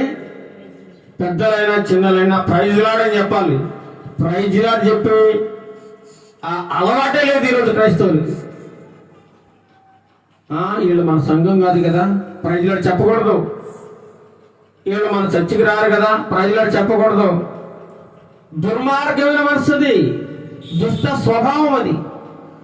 దేవుడు నిన్ను అంగీకరించడం ఏమాత్రం నిన్ను. అలాంటి మనసు నీకు ఉందంటే నువ్వు దుష్టుడివి, సాతాను సంబంధం, అపవాది బిడ్డవును. ఈ సంఘం ఆ సంఘం భేదం చూపించేవనుకో పరలోకంలో నీకు చోటే లేదోట, నీకు పాలు పంపులే లేవు. నువ్వేదో అనుకుంటున్నావు. దేవుని సంఘం అంటే అందరూ దేవుని యొక్క పిల్లలే. ప్రతి ఒక్కరికి కూడా దేవుడు ఒకే ఒక పరలోక రాజ్యాన్ని సిద్ధం చేశాడు తప్ప సంఘానికో పరలోక రాజ్యం, ఊరికో పరలోక రాజ్యం, దేశానికో పరలోక రాజ్యం లేదండి. పరలోక రాజ్యం అంతా ఒకటే. ఏ సంఘం వారైనా, ఏ డినామినేషన్ వారైనా, ఏ దేశం వారైనా, ఏ సంస్థ నాయకులైనా అక్కడికే వెళ్ళాలి, పరలోకానికి. కాబట్టి మనమందరము దేవుని పిల్లలమనే సంగతి మర్చిపోయి ఈ లోకంలో సంఘాల వారు ఏం చూపిస్తున్నారు? భేదాలు చూపిస్తా ఉన్నారు, భేదాలు. ఆ సంఘం వాళ్ళు మనం పిలవద్దు, ఆ సంఘం వారితో మాట్లాడొద్దు, ఆ సంఘం వాళ్ళ దగ్గరికి వెళ్ళొద్దు. దేవుడు నిన్ను కూడా ఆ పరలోక రాజ్యం కనీసం ఆ గేట్ అంచు కూడా ముట్టుకోనీడు. అలా అయిపోద్ది నీ బతుకు. ఎంత ప్రార్థన చేసినా, ఎంత భక్తి చేసినా నీకు అక్కడ స్థానం ఉండదండి. నువ్వు ఈ లోకంలో నీ సహోదరుల పట్ల భేదం చూపించావా, ఆ సంఘం ఈ సంఘం అని భేదం చూపించావా, నీకు పరలోక రాజ్యం చోటు లేదని వాక్యం సెలవిస్తా ఉంది. ఎందుకంటే అందరూ పాపం చేశారు. ఎవరు పవిత్రులు కాదు, ఇక్కడ ఎవరు పరిశుద్ధులు కాదు. ప్రతి ఒక్కరూ పాపము చేసి దేవుడు అనుగ్రహించే మహిమను పొందలేకపోతా ఉన్నారు. నీతిమంతుడు ఒక్కడూ లేడని వాక్యం చెబుతా ఉంది. కొంతమంది ఒక స్త్రీ, మనకు బాగా తెలిసిన కావిడి, తన పాత జీవితం అంతా రోత జీవితం అండి, వ్యభిచార జీవితము, దుర్మార్గమైన జీవితాన్ని జీవించేసింది. లోకంలో తన ఇష్టానుసారంగా బ్రతికేసింది. ఈరోజు ఆవిడ దేవుని నమ్ముకుంది. ఆవిడ ఎలా ఉందో తెలుసా? పరిశుద్ధంగా బ్రతుకుతుంది, పరిశుద్ధంగా బ్రతుకుతుంది, నిజాయితీగా బ్రతుకుతుంది. అనుకుంటే మనం తప్పే. ఆ పాత స్వభావం అలాగే ఉంది, పాత జీవితం అలాగే ఉంది. కానీ పరిశుద్ధురాలైనట్టుగా నటిస్తూ నటిస్తూ అదే జీవితాన్ని జీవిస్తూ కూడా ఇంకా ఇతరులను నిందించడం మొదలు పెడతా ఉన్నారు, ఇతరులని పాపం చేసిన వాళ్ళు. అందుకే తప్పు లేని వారు తమ తప్పులు ఎరిగరట. నీ తప్పేదో నువ్వు చూసుకోవు, నీ బతుకేదో నువ్వు సరి చేసుకోవు, ఇతరులను మాత్రం ఏలెత్తి చూపెడతావు, ఇతరుల విషయాల్లో జోక్యం చేసుకుంటావు. ఇది నీకు తగునా అని వాక్యం సెలవుస్తావు. నీకే కళ్ళు సరిగా వినిపించవు, ఇక గుడ్డోడికి నువ్వు దారిలా చూపించగలవు.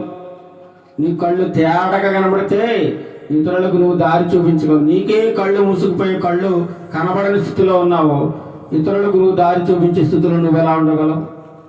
కాబట్టి ఇక్కడ ఏమంటున్నాడు, ఇలా ఉన్నాడు, సమయమును పోనీక సద్వినియోగం చేసుకుంటూ సంఘమునకు వెలుపటి వారి ఎలా ఉండాలట? మనం చాలా జాగ్రత్తగా ఉండాలట. ఇంకా ఏ మనిషితో ఎలా మాట్లాడాలో మనం తెలుసుకుని మాట్లాడాలి, ఆచితూసి గౌరవంగా మాట్లాడాలి, రెస్పెక్ట్ ఇవ్వాలి. ప్రతి ఒక్కరికి గౌరవం ఇచ్చి పుచ్చుకోవాలి. నేనంటే వాడి గౌరవం ఇచ్చేది అని అనుకున్నావు అనుకో, వాడు నీకు గౌరవం ఇవ్వడం. ఎరా అంటే ఎరా అంటాడు, ఎవడే అంటే ఎవడే అంటాడు, ఒరే అంటే ఒరే అంటాడు. నువ్వు మాట్లాడే తీరును బట్టే ఎదుటి వారి యొక్క రెస్పాండ్ ఉంటుంది. నువ్వు సరిగా మాట్లాడేదనుకో నీకు దెబ్బలు కూడా పడతాయన్నమాట. అవసరమైతే నీ మాట తీరు బాగుండాలి, తల్లిదండ్రులతో ఎలా మాట్లాడాలో నేర్చుకోవాలి. అలా రావాలంటే వాక్యం వినాలి, శ్రద్ధగా వాక్యం వినాలి. ఇంకేమంటున్నాడు, మీరు మీ సంభాషణ ఎలా ఉండాలట? ఉప్పు వేసినట్లు ఎల్లప్పుడూ రుచిగలదిగా ఉండాలట. మీ సంభాషణ అంటే ఏంటి? మాటలు. ఒక ఇద్దరు మనుషులు మాట్లాడుకున్నారు అనుకోండి, ఏం మాటలు ఉంటారో తెలుసా? వాడు అలాగా, వీడు ఎలాగా, అది అలాగా, ఇది ఇలాగా, అది అలా చేసిందంట, ఇది ఇలా చేసిందంట, అది అక్కడికి వెళ్ళిందంట, ఇది ఇక్కడికి వెళ్ళింది, ఇదే మాటలు తప్పితే ఇంక వేరే మాటలు ఉండవు. అలా ఉండకూడదట. మీ సంభాషణ ఉప్పు వేసినట్లు రుచి కలదిగా ఉండాలంటే ఎల్లప్పుడూ రుచి కలదు. మంచి చక్కని బిర్యానీ ఉండవు, అన్ని సామాన్లు వేసావు, అన్ని మసాలా దినుసులు వేసావు, ఉప్పేడు మాని ఎవడం తింటాడా బిర్యానీ? ఎవడదండక. నువ్వు ఎంత బాగా ఉండవు, దాంట్లో ఉప్పు లేదు, ఇంకా దానికి విలువ లేదనమాట. అలాగే నువ్వు ఎంత ఉన్నతమైన బతికినా సరే, నీకు ఎంత డబ్బు ఉన్నా సరే, నీకు ఎంత ఆస్తుపాస్తులు ఉన్నా సరే, నువ్వు ఎంత గొప్పింటి బిడ్డమైనా సరే, నీ మాట తీరు సరిగా లేదనుకో, నేనందరూ చాలా చిన్న చూపు, చులకన భావంతో చూస్తారు, ఒక అజ్ఞానిగా చూస్తారు, నిన్ను అవమానకరంగా మాట్లాడతారు, నీ ముందర పొగుడుతారు, బయటికి వెళ్ళి హేళన చేస్తారు, అవమానకరంగా మాట్లాడతారు. వాడు ఇంత దున్నపోతులా ఎదిగినా వాడికి మాట్లాడడం రాలేదు, అడ్డగాడిలో పెరగడం, వాడు మాట తీరు బాలేదు అని నిన్ను గుర్తు చెప్పుకుంటా. అందుకనే ఉప్పు వేసినట్లు మీ మాటలు ఎల్లప్పుడు రుచికరంగా ఉండాలి, కృపా సహితంగా ఉండాలట. కృప కలిగిన మాటలు, దయగలిగే మాటలు, నెమ్మది గల మాటలు మాట్లాడాలి. అంతేగాని ఎదిరించి మాట్లాడకూడదు. నువ్వు ఎదిరించి మాట్లాడితే ఎదుటి వారికి కోపం వస్తుంది, కొట్టాలనిపిస్తుంది వెంటనే. అదే నువ్వు చక్కగా ప్రేమగా మెల్లగా నెమ్మదిగా మాట్లాడావనుకో, గౌరవంగా మాట్లాడావనుకో, నీకు ఇంకా ఏదో చెయ్యాలని, ఇంకా ఏదో పెట్టాలని, నేను గౌరవంగా ఉన్నతంగా చూడాలని అనిపిస్తూ ఉంటుంది అనమాట. చూడండి ఇంకొక వాక్యము, రోమీయులకు రాసిన పత్రిక 12వ అధ్యాయం 2వ వచనం. రోమీయులకు రాసిన పత్రిక, అపోస్తలుడైన పౌలు రోమీయులకు రాసిన పత్రిక, మీరు ఈ లోక మర్యాదను అనుసరింపక. ఏమంటున్నాడు? ఈ లోక మర్యాద, ఈ లోకం ఎలాంటిదండి? మంచిదా చెడ్డదా? ఈ లోకములో ఉన్నదంతా నేత్రాశ, జీవపు డంబము. ఏమీ లేదు, అంత లోకం అంతా చెడిపోయిందండి. లోకం మంచిదా అనుకుంటున్నామేమో, లోకంలో మంచినది ఎక్కడా లేదు. లోకం సాతాను యొక్క కబంధ హస్తాల్లో బందీకృతమైంది. లోకం అనగా మనుషులు. కాబట్టి లోక మర్యాద నీకు అవసరం లేదు. ఈ లోకంలో నువ్వు ఎవడ గౌరవించినా గౌరవించకపోయినా వాడి గౌరవంతో నీకు పని లేదు. వాడు చేస్తున్న ఆచారాలను నువ్వు పాటించకూడదు. వాడు చేస్తున్న ప్రవర్తన విధానములను అనుసరింపకూడదు. వారి యొక్క మాటలను అసలు నువ్వు వినేయనకూడదు, అసలు పట్టించేయకూడదు అంటుంది వాక్యం. ఈ లోక మర్యాదను అనుసరింపక ఉత్తమమును అనుకూలమును సంపూర్ణమునైన దేవుని చిత్తమేదో ఎరిగి పరీక్షించి తెలుసుకుని నీ మనసు మారి నూతనమవ్వాలట. నూతనముగా రూపాంతరం చెందాలి. రూపాంతరము. ఒకనాడు చూడు, గొంగళి పురుగు చూడడానికి చాలా అసహ్యకరంగా కనబడతా ఉంది. చాలా చిరాకు దాన్ని చూస్తే. పిల్లలు దాన్ని ముట్టుకోరు, దగ్గరికి వెళ్ళరు. గొంగళి పురుగు దాని యొక్క శరీర ఆకృతి, దాని యొక్క నడక, దాని ప్రవర్తన చూస్తే చాలా అసహ్యం కలుగుతుంది. ఎవరైనా గొంగళి పురుగు చేతుల్లో పెట్టుకు ఆడించుకుంటారా చెప్పండి? ఆడించుకుంటారా? ఆడించుకోరు. కానీ అది గొంగళి పురుగు తన రూపాన్ని మార్చుకుంటుంది, రూపాంతరం చెందుతుంది. రూపాంతరం చెందిన తర్వాత అది ఏమవుతుంది? సీతాకోక చిలుక, బటర్ఫ్లైగా మారుతుంది. అప్పుడు పిల్లలు పెద్దలు దాన్ని అందరూ ఇష్టపడతారు. అలాగే నీ బుద్ధి మార్చుకోకపోతే, నీ గుణం మారకపోతే, నీ ప్రవర్తన మారకపోతే అందరూ నిన్ను అసహ్యించుకుంటూనే ఉంటారు, నిన్ను దూషిస్తూనే ఉంటారు, నేను తిడతానే ఉంటారు. ఎందుకంటే నీ ప్రవర్తన బాగాలేదు కాబట్టి, నీ బుద్ధి బాగాలేదు కాబట్టి, నువ్వు మాట్లాడే తీరు బాగాలేదు కాబట్టి నిన్ను ఎవరు ఇష్టపడరండి. బంధువులు ఇష్టపడరు, స్నేహితులు ఇష్టపడరు, కుటుంబ సభ్యులు ఇష్టపడరు. మరి ఎప్పుడు ఇష్టపడతారు? నీ గొంగళి పురుగు లాంటి జీవితాన్ని మార్చుకుని ఎప్పుడైతే నువ్వు సీతాకోక చిలుక రూపాంతరం చెందినట్లుగా దేవుడు చెప్పిన మంచి లక్షణాలన్నిటినీ నీలో నింపుకుని వాటి ప్రకారం వారు ఎప్పుడైతే జీవిస్తూ ఉంటావో, దేవునిలోకి నువ్వు ఎప్పుడైతే రూపాంతరం చెందుతావో నిన్నందరూ గౌరవిస్తారు, నిన్నందరూ ఇష్టపడతారు, నిన్నందరూ ప్రేమిస్తారు, నిన్నందరూ కూడా సన్మానిస్తారు. గొప్పవాడిగా నువ్వు పిలువబడతావు. దేవుడు నీకు గొప్ప ఆధిక్యతలు ఇస్తాడు, పేరు ప్రఖ్యాతలు ఇస్తాడు. కాబట్టి మన జీవితాన్ని మార్చుకోవాలి, రూపాంతరం చెందాలట. ఇంకో చూడండి, మొదటి తెస్సలోనిక రాసిన పత్రిక 4వ అధ్యాయం 3వ వచనం. మొదటి తెస్సలోనికలకు రాసిన పత్రిక 4వ అధ్యాయం 3వ వచనం. మీరు పరిశుద్ధులగుటయే అనగా మీరు జారత్వమునకు ఎలా ఉండాలట? దూరముగా ఉండుటే దేవుని చిత్తం. జారత్వం వ్యభిచారంతో సమానం. ఒక స్త్రీని మోపు చూపుతో చూసినట్లయితే అప్పుడే నువ్వు వ్యభిచారం చేసినట్లు నీ మనసులో. జారత్వం క్రియలు నీలో ఉండకూడదు. అలా చేసినట్లయితే నిన్ను దేవుడు ఏమాత్రం ఇష్టపడడు. నీలో ప్రతివాడును దేవుని ఎరుగని అన్య జనుల వలె కామాభిలాషయందు కాక పరిశుద్ధత ఎందును ఘనత ఎందును తన ఘటమును ఎట్లు కాపాడుకొనవలను అది ఎరుగినటే దేవుని చిత్తము. ప్రతి వాడికి, చిన్నపిల్లలకి కూడా ఈరోజు కామ కోరికలు పెరిగిపోతా ఉన్నాయండి. కామంతో కళ్ళు మూసుకుపోతా ఉన్నాయి. మొన్న ఆ మధ్య ఒక ప్రాంతంలో, విశాఖపట్నం ఎక్కడ, 6 నెలల పసిపాపను 40 సంవత్సరాల వయసు ఉన్నటువంటి ఒక పెద్ద మనిషి నిర్దాక్షిణ్యంగా పాడు చేశాడండి. ఆ పాప చనిపోయింది. 6 నెలల పాపను. ఎంత కామాంధుడో చూడండి, ఎంత దుర్మార్గుడో చూడండి. కామంతో కళ్ళు మూసుకుపోయి జీవిస్తూ ఉన్నారు. ప్రతి స్త్రీని, ప్రతి ఆడబిడ్డను మోహపు చూపు చూడడం, తప్పుడుగా మాట్లాడడం, వ్యభిచార సంబంధమైన మాటలు మాట్లాడడం, ఎలాగైనా మనం పాడు చేయాలని చూడడం, ఇది దేవునికి అసహ్యకరమైన కార్యం.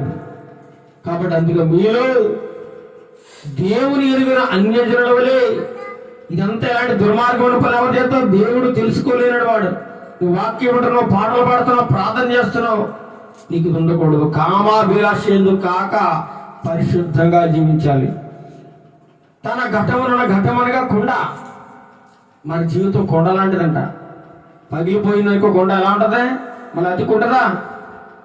అందుచేతనే తన ఘటమును ఎట్లు కాపాడుకునేవలను అది ఎరిగి ఉండుటయో దేవుని చిత్తం. నువ్వు తెలుసుకోవాలి నీ జీవితాన్ని ఎలా డిజైన్ చేసుకోవాలి. నీ చేతుల్లో ఉన్నది.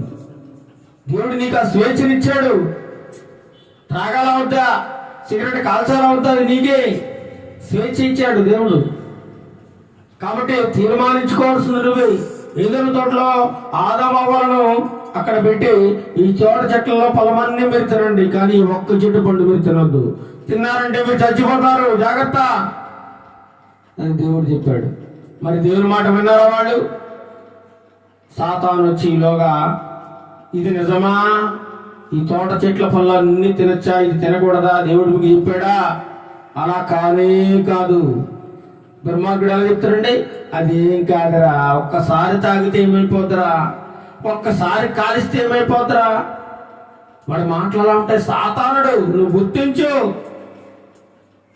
ఆదాము అదే సాతానుడు మోసం చేశాడు. చేయవద్దన్న పని వాళ్ళ చేత చేయించి వాళ్ళ జీవితాల్లోకి పాపాన్ని ప్రవేశింపజేసిన వాడు సాతానుడు. అందుచేత ఈరోజు పాపము రాజ్యం వెళ్తా ఉంది లోకంలో. పాపపు ఆలోచనలు రాజ్యం వెళ్తా ఉన్నాయి. దుష్ట ఆలోచనలు రాజ్యం వెళ్తా ఉన్నాయి.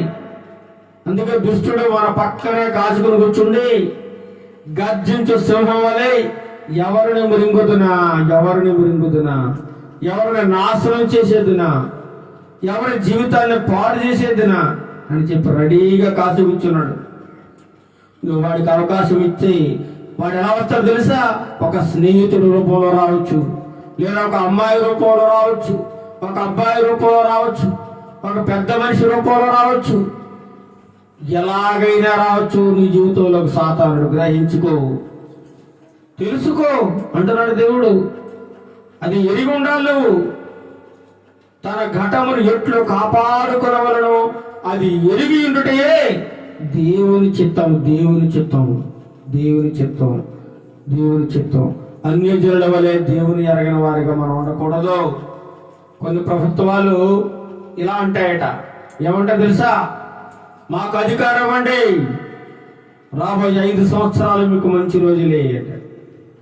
కానీ తీరా అధికారంలోకి వస్తాక అంతకంటే ఏమంటే దారుణమైన రోజులు మనకు చూపించేస్తా ఉంటారు. అంతకంటే దారుణంగా ఉంటుంది పరిపాలన. ఎవడు మంచి రోజులండి? ఎవరు మార్చగల రోజుల్ని? మంచి రోజులు కాదండి, మంచి మనుషులు కావాలి. మంచి మనసు కావాలి. ప్రభుత్వం నిర్మించాలంటే పరిపాలన చేసే వ్యక్తికి మంచి మనసు ఉండాలి. ప్రజల పట్ల జాలి, దయ, సమానత్వం ఉండాలి. ఇలా ఉన్నప్పుడే ప్రజలు సుఖ సంతోషాలతో జీవించగలరు కన్నా. కానీ ప్రతి ఒక్కడు ధనాశ కలిగి స్వార్థపరులే ఉండి నీకు మంచి చేస్తాను, మంచి రోజులు ముందు ఉంటాయంటే నమ్మాల్సిన అవసరం లేదు. మంచి రోజులను ఎక్కడా ఉండవు.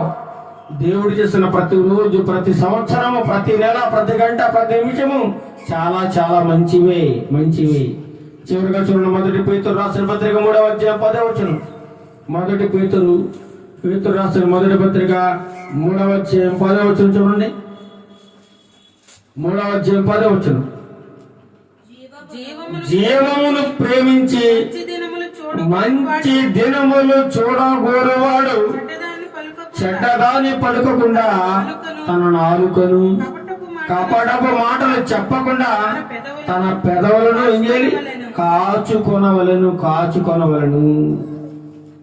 మంచి దినాలు చూడాలనుకుంటున్నావా? మంచి రోజులు నీకు కావాలా? అయితే నువ్వు ఇప్పుడే జీవమును ప్రేమించు. దేన్ని ప్రేమించాలట? జీవాన్ని ప్రేమించాలి. అంతేగాని లోకమును, ఈ లోకంలో ఉన్న మనుషుల్ని, ఆలనేళ్ళని ప్రేమించమని కాదు దాని అర్థం. ఏం చేయాలి?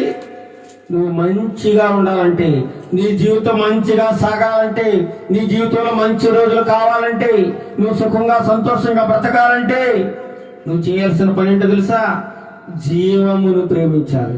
ఇంతకీ ఎవరా జీవము? ఎవరిలో ఉంది జీవము? అసలు జీవం అంటే ఏమిటి? జీవం అంటే ఎవరో తెలుసా? యేసుక్రీస్తు ప్రభువారు. యేసుక్రీస్తు ప్రభువారే ఆ జీవము. యేసుక్రీస్తు ప్రభువారు అంటారు, నేనే మార్గమును, నేనే సత్యమును, నేనే జీవమును, నేనే నేనే నేనే. దేవుడు సమస్తానికి ఆధారభూతుడైన. చూద్దామా ఆ మాట? జీవమును ప్రేమించి ఏం చేయాలట? మంచి దినములు చూడగోరువాడు ఎలా ఉండాలో తెలుసా? కింద అంటున్నాడు, చెడ్డదాన్ని పలుకకుండా ఏం కాపాడుకోవాలి? నాలుకను కాపాడుకో. లేదంటే నీ నాలుక కోసేయాల్సి వస్తుంది. నాలుక కోసేయాల్సి వస్తుంది. పూర్వకాలంలో ప్రాచీన కాలంలో అణగారిన ప్రజలు, నిమ్మల జాతుల వారు వేదాంతం చదవకూడదట. వేదాంతము చదవకూడదు, వినకూడదు. ఒకవేళ ఆ వేదములను పఠిస్తే ఆనాడు ఏం చేసేవాడు తెలుసా? నాలుక కోసేసేవాడు. ఏం కోసేవాడు? నాలుక. ఎందుకంటే వాళ్ళకి చదవడానికి అర్హత లేదు, వాళ్ళు తక్కువ జాతికి సంబంధించిన వారు. కాబట్టి ఈ అగ్రవర్ణాల వారు, అగ్ర పీఠాధిపతులు ఏం చేసేవారట? వారి యొక్క నాలుకలను కోసేసేవారు. ఎవరైనా వేదములు చెవులతో వింటే వాడి చెవులు ఏం పోసేవారు తెలుసా? శేషం పోసేసేవారు. శాశ్వతంగా చెవిటోడైపోయేవాడు, శాశ్వతంగా మోగడైపోయేవాడు. అలాగే ఇక్కడ ఏమంటారు తెలుసా? నువ్వు మంచి దినములు చూడగోరాలి అనుకుంటే, నీ జీవితంలో మంచి జరగాలి అనుకుంటే, చెడ్డదాన్ని పలుకకుండా నీ నాలుకను కాపాడుకోవాలి.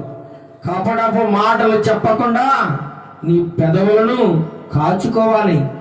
అప్పుడే నీ జీవితంలో మంచి రోజులు చూస్తావు, మంచి దినాలను చూస్తావు. అన్నిటికంటే ముఖ్యంగా నువ్వు జీవాన్ని ప్రేమించాలి. చూద్దాం, యోహాను సువార్త మొదటి అధ్యాయం. యోహాను సువార్త మొదటి అధ్యాయం. ఈ మాట చెప్పి ముగించేస్తాను. యోహాను సువార్త మొదటి అధ్యాయము 4వ వచనం చదవండి. 4వ వచనం, ఆయనలో జీవముండెను. ఎవరిలో? యేసుక్రీస్తులో జీవముందండి. ఆయన జీవము గల దేవుడు, జీవము లేని దేవుడు కాదు. ఆయన చచ్చుపడిపోయిన దేవుడు కాదు, కదలలేని దేవుడు కాదు, చూడలేని దేవుడు కాదు, మాట్లాడలేని దేవుడు కాదు, నడవలేని దేవుడు కాదండి. ఆయనలో జీవం ఉంది. ఆయన జీవము గల దేవుడు. ఆయనలో జీవముండను. ఆ జీవము మనుషుడికి ఎలా ఉందట? వెలుగై ఉండను. ఆయనలో జీవం ఉంది. అందుచేతనే ఆ జీవాన్ని నువ్వు ప్రేమించాలి. జీవాన్ని ప్రేమించడం అంటే దేవుని ప్రేమించాలి, దేవుని తెలుసుకోవాలి. అదే యోహాను సువార్త 14వ అధ్యాయం 6వ వచనం చూడండి. యోహాను సువార్త 14వ అధ్యాయం 6వ వచనం, యేసు నేనే మార్గమును, సత్యమును, జీవమును. ఏమంటున్నాడు? నేనే మార్గమును, సత్యమును, జీవమును అని ఎవరైనా చెప్పారండి? ఈ ప్రపంచంలో ఎవరైనా నాలో జీవం ఉందని ఎవరైనా చెప్పగలరా? చెప్పే అవకాశం ఉందా? చెప్పండి. ఎక్కడా ఎవరికి లేదు. నేనే జీవము. చదవండి. నేనే మార్గమును, నేనే సత్యమును, నా ద్వారానే తప్ప ఎవడును తండ్రి యొద్దకు రాడు. నువ్వు పరలోక రాజ్యము వెళ్ళాలంటే, ఆ మహిమ రాజ్యమును చూడాలంటే, నీకు మంచి జరగాలంటే యేసు ప్రభు ద్వారా మాత్రమే సాధ్యమవుతుంది. యేసు ప్రభు నమ్ముకుంటే మాత్రమే సాధ్యమవుతుంది తప్ప ఇంక నీకు ఎక్కడా మంచి జరగదు. నీకు ఎవరో మంచి చేస్తారు, నేను ఎవరో ప్రేమిస్తున్నారు అనుకుని నాకేదో మేలు జరుగుతుంది అనుకోవడం నీ అవివేకము, బుద్ధిహీనత. లోకంలో నిన్నెవ్వరు కూడా యేసు ప్రభు కంటే ఎక్కువగా ప్రేమించేవారు లేరు. ఆయన నిన్ను ఎంతో అమితంగా ప్రేమిస్తా ఉన్నాడు. నీ తల్లిదండ్రుల కంటే, నీ స్నేహితుల కంటే, నీ తోబుట్టువుల కంటే, ఇరుగు పొరుగువారి కంటే, బంధువుల కంటే ఆయన ఎంతో అధికంగా నేను ప్రేమిస్తా ఉన్నాడు. అందుకే అంటాను, నేను లోకమును ఎంతో ప్రేమిస్తావు అన్నాడు. లోకం అంటే ఎవరు? నువ్వు నేను మనందరమే లోకం. నీ పట్ల నా పట్ల దేవునికి ఎంతో ప్రేమ ఉందండి, ఎంతో ప్రేమ. చివరిగా ప్రసంగి గ్రంథం 12వ అధ్యాయము 12వ వచనం. ప్రసంగి 12వ అధ్యాయం 12వ వచనం. ఇదంతయు వినిన తరువాత అదంతయు సొలొమోను గారు చాలా కథ, సుఖము ఎంతో అనుభవించాడు, కష్టాలు అనుభవించాడు, సమస్తాన్ని కూడా ఎదిగినవాడు. అతనికంటే సుఖభోగం అనుభవించినవాడు ఎవడో లేడు, అతనికంటే ధనవంతుడు ఎవడో లేడు, అతనికంటే కష్ట సుఖాలు చూసినవాడు ఎవడో లేడు. ఇదంతయు చదవండి. వినిన తరువాత చూడండి 12వ వచనం 1-2 చూడండి. 1వ వచనం 12వ అధ్యాయం 1వ వచనం. దుర్దినములు రాకముందే వీటి యందు నాకు సంతోషము లేదని నీవు చెప్పు సంవత్సరములు రాకముందే. దుర్దినములు అంటే చెడ్డ రోజులు రాకముందే రాబోతున్నాయి చెడ్డ రోజులు. ఇప్పుడు మనం ఎలా ఉన్నాం? చెడ్డ రోజుల్లో ఉన్నాం, భయంకరమైన రోజుల్లో ఉన్నాం, అపాయకరమైన రోజుల్లో ఉన్నాం, అంత్యకాలంలో ఉన్నాం. ఇప్పుడు ఏం జరుగుతుందో తెలియదు. ఈరోజు చూసిన వాడు రేపు కనపడటం లేదు, మాయమైపోతా ఉన్నాడు. కాబట్టి దుర్దినంలో రాకముందే ఇప్పుడు వీటి యందు నాకు సంతోషము లేదు అని నీవు చెప్పు సంవత్సరములు రాకముందే. ఇందాక మనం అనుకున్నాం పోయిన సంవత్సరం ఏం బాగాలేదు, పోయిన నెల ఏం బాగాలేదు మనం అనుకోకముందే నీ సృష్టికర్తను జ్ఞాపకం చేసుకోవాలి. చూడండి 2వ అధ్యాయము. నీ బాల్య దినములందే నీ సృష్టికర్తను స్మరణకు తెచ్చుకో. నీ జీవితం బాగుండాలంటే నువ్వు చిన్న వయసులోనే బాల్యముగా ఉండగానే దేవుని తెలుసుకో. ఓ నా ప్రియ సహోదరి సహోదరుడా, దేవుని మాటలు నా మాటలు కాదు, దేవుని మాటలు. దుర్దినములు రాకముందే, నీ జీవితము సర్వనాశనం అయిపోకముందే దేవుని తెలుసుకో. నీ జీవితం అంతా సర్వనాశనం అయిపోయిన తర్వాత, నువ్వు నీ శరీరానికి రకరకాల రోగాలన్నీ వచ్చేసిన తర్వాత, నీ శరీర అవయవాలన్నీ పాడైపోయిన తర్వాత అప్పుడు తెలుసుకుంటే మాత్రం ఉపయోగం ఉంది?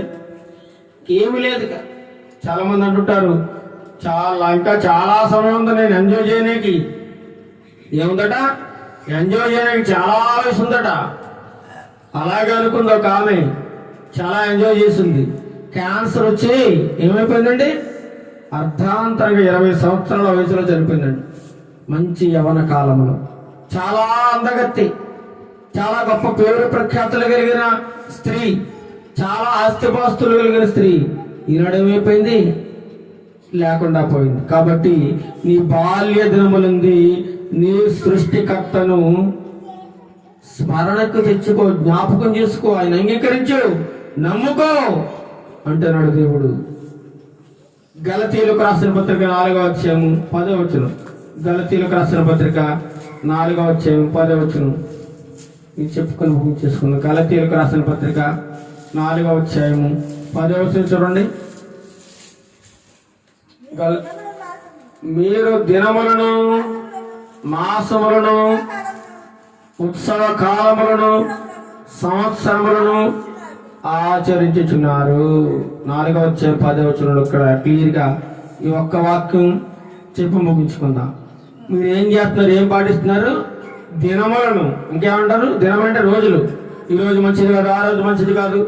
ఈరోజు మన వాక్య భాగం ఏంటంటే, మనిషికి మంచి రోజులు ఉన్నాయా? మనిషి నువ్వు మంచి చేస్తే నీకు అన్ని మంచి రోజులే, చెడు చేస్తే అది నీకు చెడు రోజులుగా కనిపిస్తాయి. మీరు దినములను, మాసములను అంటే నెలలు, ఉత్సవ కాలములను, ఉత్సవ కాలములు, సంవత్సరములను ఆచరించుచున్నారు. అందుకే మీ జీవితం ఎలా అయిపోతుంది? సంకనాకు పోవడానికి కారణం నువ్వు ముహూర్తాలు చూడడం వల్లే, ఈ రోజు ఆ రోజు మంచిది అనుకోవడం వల్లే. ఈ సంవత్సరం మంచిది కాదు, ఆ సంవత్సరం మంచిది, ఈ నెల మంచిది కాదు, ఆ నెల మంచిది అని అనుకోవడం వల్లే నీ జీవితం సర్వనాశనం అయిపోతుంది. కాబట్టి ఇవి ఆచరించవద్దు అంటున్నాడు. మీ విషయమై నేను పడిన కష్టము వ్యర్థమైపోవునేమో అని మిమ్మల్ని కూర్చో భయపడుచున్నాను అంటారు పౌలు గారు. మీకు ఎంతో కష్టపడి గొంతు పోయేలాగా వాక్యం చెబుతా ఉన్నాను. నువ్వేమో ఏం చేస్తున్నావు? లైట్ తీసుకుంటాను. ఏం పర్లేదు, వాడు అలాగే ఇస్తాడు. నాకు కాదు, ఇది నాకు సంబంధించిన వాక్యం కాదు.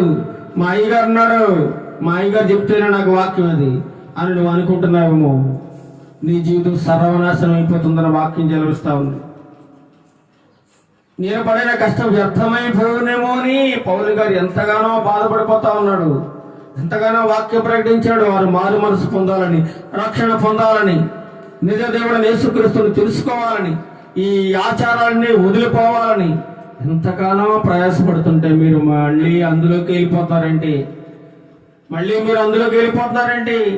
పాత జీవితంలోకి వెళ్ళిపోతున్నారేంటి? పాత బతుకునే జీవిస్తున్నారు. ఎందుకు ఈ ఆచారాలు పాటిస్తున్నారని పౌలు గారు ఎంతగానో భయపడుతూ, వారి ఆత్మ నశించిపోవడం ఇష్టం లేక వారి కోసం ఎంతగానో భయపడుతూ ప్రార్థన చేస్తా ఉన్నాడు. కాబట్టి రోజులో ఏమీ లేదు, నెలలో ఏమీ లేదు, మనిషి బ్రతుకులో ఉందన్న మంచి చెడు. కాబట్టి ఈ మూల పాఠాలతో మనం తిరగకూడదట.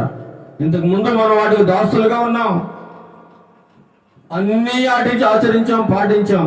ఇప్పుడు యేసుక్రీస్తుని తెలుసుకున్న తర్వాత వాడన్నీ కూడా సమాధి చేసేయాలి. నీ జీవితంలో యేసుకు తప్ప ఇంకెవరికి చోటు ఉండకూడదు. యేసుకు తప్ప చోటు ఇంకెవ్వరికి లేదండి. అలా నువ్వు నిర్ణయం తీసుకున్నప్పుడు నీకు అన్నీ మంచి రోజులే. నీ జీవితం అంతా మంచిగా, హాయిగా, ప్రశాంతంగా సాగుతుందని దేవుని వాక్యం సెలవిస్తూ ఉంది. అట్టు కృపను దేవుడు మనందరికీ దయచేయునుగాక. ఆమేన్. మహాగణుడు, మహోన్నతుడైన మా ప్రియ తండ్రి, నీకే వందనాలు, స్తోత్రాలు తెలుస్తున్నాం నాయన. ఇంతవరకు మనిషి జీవితంలో మంచి రోజులు ఉన్నాయా, మంచి రోజులు అంటే వస్తాయా అని ఎంతో మంది నిరాశతో ఎదురు చూస్తున్నారు ప్రభువా. నిరాశతో మాకు ఈరోజు మంచిగా లేదు, ఈ నెలంతా మాకు కష్టాలు, బాధలు, ఇబ్బందులు, ఇరుకులే, మా జీవితాలు ఏం బాగాలేదని మేము అనేక సమయాల్లో బాధపడుతూ, విచారిస్తూ, చింతిస్తున్నాం నాయన. కానీ దినంలో ఏమి లేదు, మాసంలో ఏమి లేదు, సంవత్సరంలో ఏమీ లేదు, గడియల్లో ఏమి లేదు, గంటల్లో ఏమి లేదు. ఉన్నదంతా మనిషి జీవితంలో ఉంది. మనిషి జీవితాన్ని మార్చుకుంటే ప్రతి గడియ మంచిది, ప్రతి సంవత్సరం మంచిది, ప్రతి నెల మంచిదే అని నీ వాక్యపు వెలుగులో అనేకమైన విషయములను మాకు బోధించినందుకు నీకు వందనాలు, స్తోత్రాలు చేస్తున్నాం నాయన. ఈ వాక్యమును విలువలేకుండా మా హృదయాల్లో భద్రం చేసుకుని వాక్యానుసారంగా మేము జీవించడానికి తగిన సహాయం నిర్ణయించాను ప్రభు. ఇంకా ఎవరైతే రక్షణ భాగ్యం పొందలేదో వారందరికీ రక్షణ భాగ్యం దయచేయండి ప్రభు. నీ వాక్యమును పౌరుషంగా బ్రతకడానికి, యథార్థంగా బ్రతకడానికి తగిన కృపను, సహాయం తెచ్చేయండి ప్రభు. అన్ని జనుల వల్ల మేము ఉండకుండా ఏ సమయానికి ఎలా మాట్లాడాలో, ఎక్కడ ఏ విధంగా ప్రవర్తించాలో తగిన జ్ఞానమును, వివేకమును మాకు దయచేయండి నాయన. వృధాగా మేము సమయం గడపకుండా, అజ్ఞానుల వల్ల మేము సమయాన్ని గడపకుండా జ్ఞానముతో మేము సమయాన్ని సద్వినియోగం చేసుకునే బిడ్డలుగా మమ్మల్ని సిద్ధం చేయండి ప్రభా. ప్రతి ఒక్కరితో మీరు మాట్లాడినందుకు మీకు వందనాలు ప్రభా. ప్రతి ఒక్కరిని దీవిస్తున్నందుకు మీకు వందనాలు ప్రభా. ప్రతి ఒక్క బిడ్డని మీరు దర్శించినందుకు మీకు వందనాలు నాయన. మాకు కలిగిన కష్టాలను, బాధలను, నిందలను, అవమానములను మీరు తీసివేయండి నాయన. మమ్మల్ని రాబో కాలంలో నిరీక్షణ కలిగి నీ కోసం ఎదురు చూసి నీ రాజ్యములో ప్రవేశించేవారుగా మమ్మల్ని సిద్ధపరచండి ప్రభు. దీవించండి, ఆశీర్వదించండి. ఘనత, మహిమ, ప్రభావాలు మీరే పొందుకున్నామని నజరేయుడైన యేసుక్రీస్తు నామమున ఈ ప్రార్థన అడిగి వేడుకొంచున్నాం తండ్రి. ఆమేన్. పరలోకమందున మా తండ్రి, నీ నామం పరిశుద్ధపరచబడును గాక, నీ రాజ్యం వచ్చును గాక, నీ చిత్తం పరలోకమందు నెరవేర్చినట్టు భూమి యందు నెరవేరును గాక. మాకు కావలసిన అనుదిన ఆహారం నేడు మాకు దయచేయము. మారణస్థలను మేము క్షమించిన ప్రకారం మారణములను క్షమించుము. మమ్మల్ని శోధనను తాక అక్కలను తప్పించుము. ఎందుకంటే రాజ్యము, బలము, మహిమయు నిరంతరం నిలబడినావు తండ్రి. ఆమేన్. మన తండ్రి దేవుని ప్రేమయు, మన ప్రభువైన యేసుక్రీస్తు ప్రభుల వారి యొక్క కృపయు, పరిశుద్ధాత్మ దేవుని యొక్క అన్యోన్య సహవాసము ఇప్పుడును ఎల్లప్పుడును సదాకాలము మనందరికీ తోడై నడిపించును గాక. ఆమేన్ ఆమేన్. అందరికీ వందనాలు. Praise the lord.